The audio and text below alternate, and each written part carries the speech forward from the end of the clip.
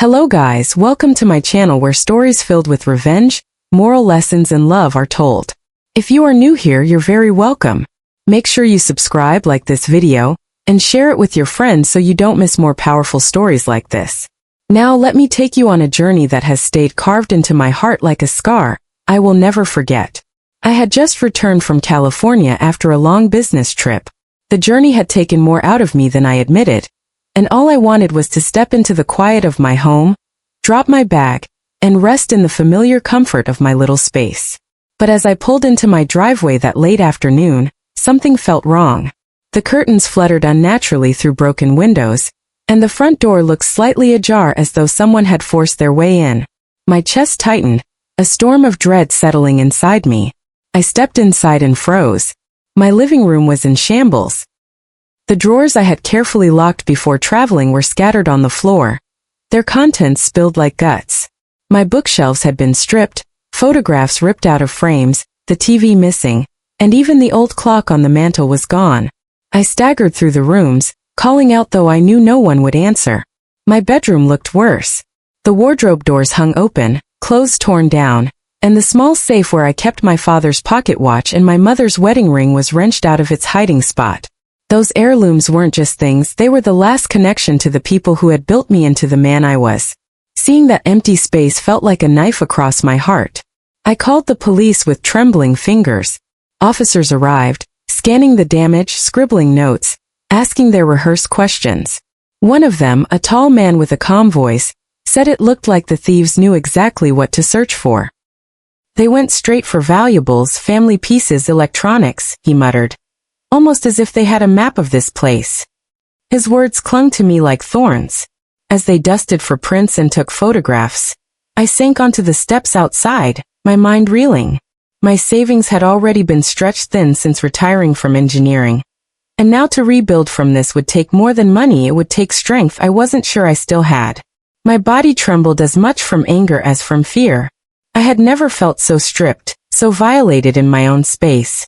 When the officers finally left, promising updates, the silence of the empty house felt unbearable. I didn't want to stay there another night. My son Adrian lived just across town with his wife, Wendy, and their little girl Ella. At that moment, I thought of family as the only anchor I could cling to. With my heart heavy but hopeful, I packed a small bag and drove to Adrian's house. Wendy opened the door first, surprised to see me on their porch with my overnight bag. She greeted me politely, but I noticed the flicker of hesitation in her eyes. I asked if Adrian was home, and soon he appeared, his face neutral, unreadable. I explained what had happened, how my home had been broken into, how I had been left shaken and without comfort. My voice cracked as I told him I couldn't stay in that house, not yet, not while every creak would remind me of strangers tearing through my life. I asked if I could stay with them, just for a while, until I figured things out. Adrian's response will never leave me. He looked at me, his father, the man who had raised him, and his lips tightened. "Dad," he said flatly, "I don't need another mouth to feed." The words hit me harder than the robbery. For a moment, I thought I had misheard, that stress was playing tricks on me. But the coldness in his eyes left no room for doubt. My own son, flesh of my flesh, was shutting me out. Wendy lowered her eyes, as though ashamed but unwilling to intervene. I felt the floor tilt beneath me, my throat closing. I tried to reason with him. "Adrian, it's not about food or burden.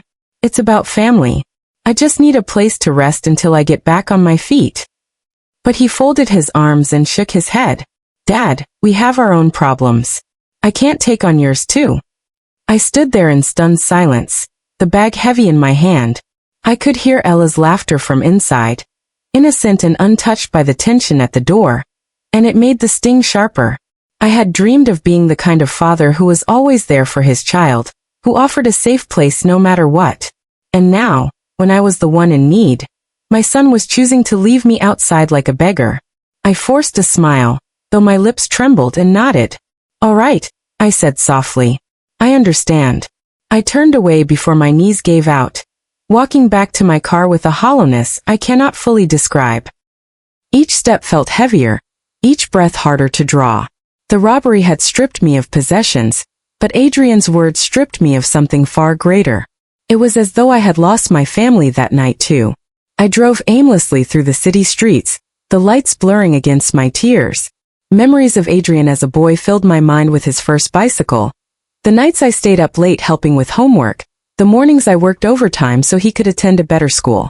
I had poured myself into his life, and now, standing at his door as a man broken by crime, I had been told I was nothing but another mouth to feed. When I finally returned to my ruined house, the silence mocked me. I sat among the wreckage of my living room and let the grief wash over me. My body shook, not from the cold but from betrayal. I told myself I would endure, that somehow I would find a way through this storm. But deep down a seed of bitterness had been planted, one that would grow in the shadows of what was yet to come. I woke up the next morning still surrounded by the wreckage of my living room. Every overturned chair, every broken frame seemed to sneer at me. I had spent a lifetime building that home, filling it with memories, souvenirs, and the treasures of my family's history. Now it was all reduced to absence and dust. I thought the robbery itself was the deepest cut, but my son Adrian's rejection the night before had left a wound that festered worse than any stolen object.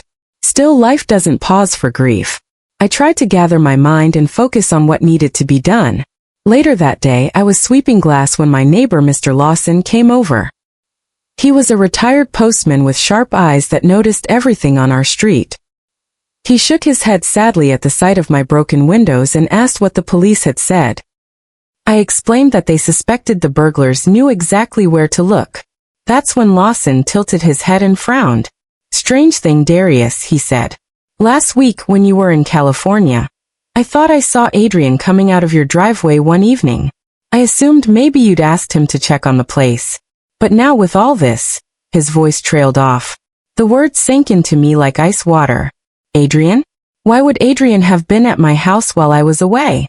My mind rebelled at the thought. It was unthinkable. But the image of him standing on his porch telling me he didn't need another mouth to feed returned with brutal clarity. My son's coldness suddenly had a shadow behind it, something darker I hadn't wanted to imagine. I decided I couldn't let this suspicion linger without clarity. The police were moving at their own pace, but my instincts told me I had to dig on my own. I began visiting pawn shops across the city. It was humiliating, walking in and asking if anyone had seen family heirlooms I described with shaking hands. Most shopkeepers shook their heads, uninterested in my grief. But at a small pawn shop near the industrial district, something shifted. Behind the glass counter, I saw a watch that looked too familiar. It was my father's pocket watch, the one he had carried during his years as a carpenter, polished by his touch over decades. I felt my legs weaken, and I leaned against the counter whispering, "Where did you get this?" The clerk, a young man with tattoos along his neck, shrugged. "Bought it from a guy about 2 weeks ago. Tall, mid-30s, dark jacket. Said he needed quick cash." My heart pounded. That description fit Adrian almost perfectly. My hands trembled as I asked for the records. Reluctantly, the man showed me the transaction slip. And there it was, Adrian's full name, written in that same hurried scrawl I had seen on his school assignments years ago. I felt sick. My own son had pawned the very heirlooms I had guarded for years. The truth hit me with a force that almost knocked the breath out of me. Adrian hadn't just turned me away at his doorstep. He had orchestrated the theft of my home. He had stripped me of the last relics of my parents for his own gain. I returned home with copies of the receipts, my hands gripping them so tightly they almost tore. I sat in my ruined living room for hours, staring at those pieces of paper, my mind running wild. Why would he do this? What could drive my son to betray me so cruelly? The answer came sooner than I expected. 2 days later, I saw Wendy outside at the grocery store. She was distracted, fumbling through her purse as Ella tugged at her sleeve. I approached her, and when she saw me, her face tightened. I asked how Adrian was, and her shoulders slumped. "He's not himself these days," she admitted quietly. "He's been spending nights out, coming home angry. We're behind on bills. He made mistakes, Mr. Darius. Gambling. He owes people money. A lot of money." The words struck like a hammer. My son's betrayal was born out of addiction and desperation, but it was betrayal all the same. Wendy didn't know I had already found proof, and I couldn't bring myself to shatter her completely there in the parking lot. I just nodded and let her walk away, her little girl skipping beside her, unaware of the storm tearing their family apart. That night, I confronted Adrian. I drove to his house and asked him to step outside. He looked irritated but complied.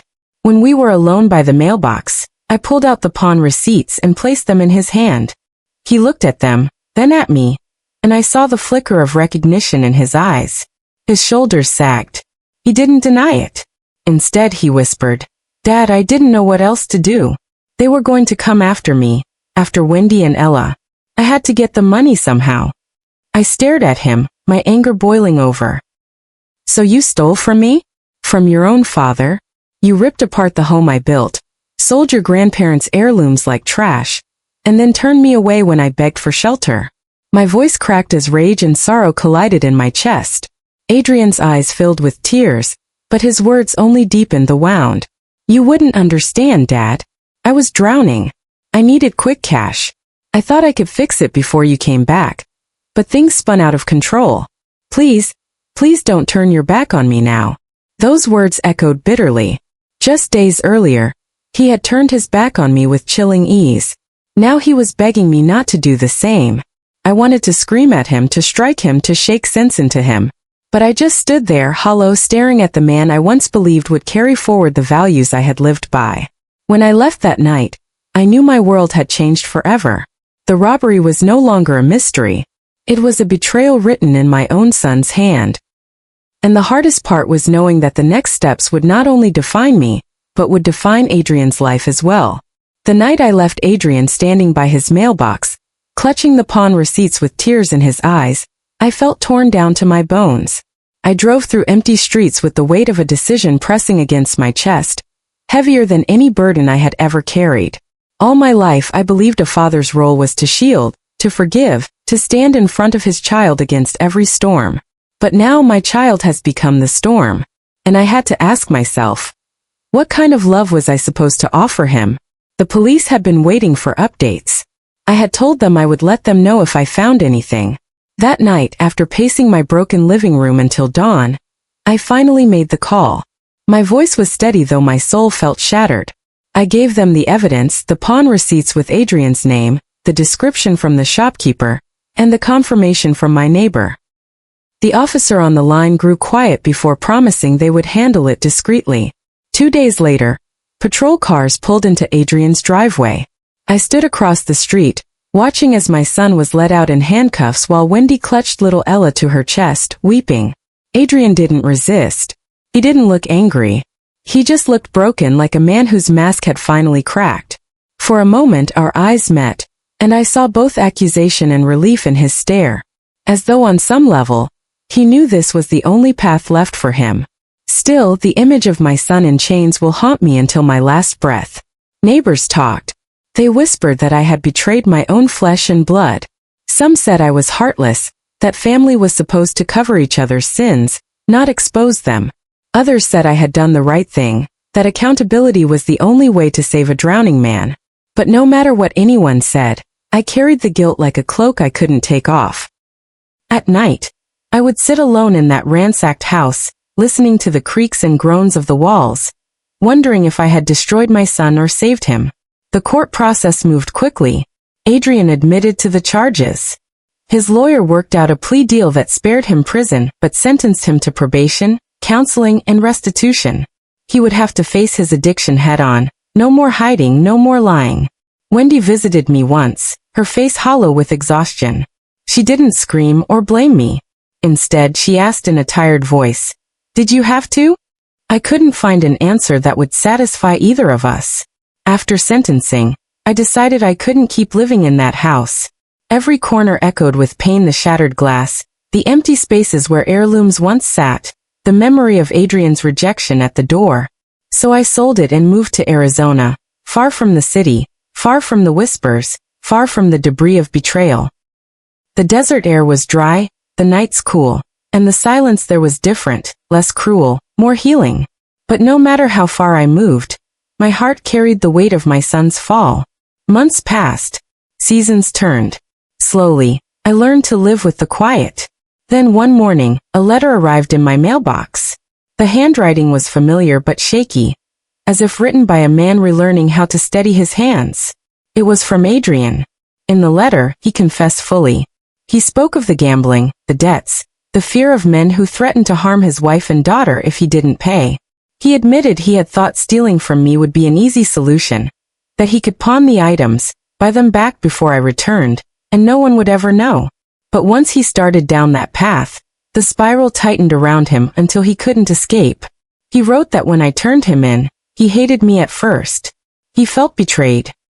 But as the weeks of counseling went on, as he faced himself in ways he never had, he began to understand that love isn't always about shielding. It's sometimes about forcing someone to face the consequences they've run from. By the end of the letter he wrote, "Dad, I am sorry. I can't undo the pain I caused you. I can't give back what I stole from our family's history. But I am trying to become someone who deserves another chance with you. If you ever want to talk, I'll be waiting." I sat on my porch for hours with that letter in my hands, the Arizona sun setting in a blaze of gold behind the mountains. Tears streamed down my face, not only for what I had lost, but for the small fragile seed of hope planted in those words.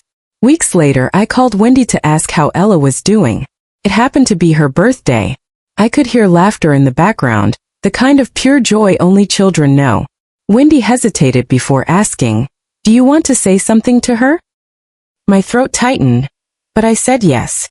When Ella's sweet voice came on the line, bright and innocent, calling me Grandpa, I felt something inside me mend. It wasn't a full reconciliation. It wasn't perfect, but it was a beginning. That night, I realized something I had been blind to all along. Love isn't always warm or easy. Sometimes it cuts, sometimes it scars, sometimes it feels like betrayal itself. But true love seeks healing, even if the road to it is jagged and cruel. By turning my son in, I hadn't abandoned him. I had forced him to confront his darkness before it consumed everything he loved. And though the cost was unbearable, the glimmer of hope in his letter reminded me it might one day prove worth it. So here I am, telling you my story. Not because I am proud, not because I have all the answers, but because pain has a way of teaching lessons words alone cannot. Moral lesson. My friends, if you take anything from my story, let it be this. Love isn't always about comfort. Sometimes love demands hard choices, ones that wound before they heal. Betrayal can come from those closest to us, and the weight of it can shatter even the strongest hearts. But even in the ashes of broken trust, there can be seeds of redemption. Sometimes the most painful choices are the very ones that save the people we care for. If you've ever been hurt by family, know you are not alone. Healing is not quick, and forgiveness does not erase the past. But hope can still grow in places you least expect it. Hold on to your dignity. Hold on to the truth. And remember that silence in the face of wrongdoing is not love. It is surrender. Thank you for listening to my story. If it touched your heart, please like this video, share it with your friends, and subscribe to this channel so more people can hear stories of revenge, healing, and love. And don't forget to comment on what lesson stood out to you most. Your voice matters here.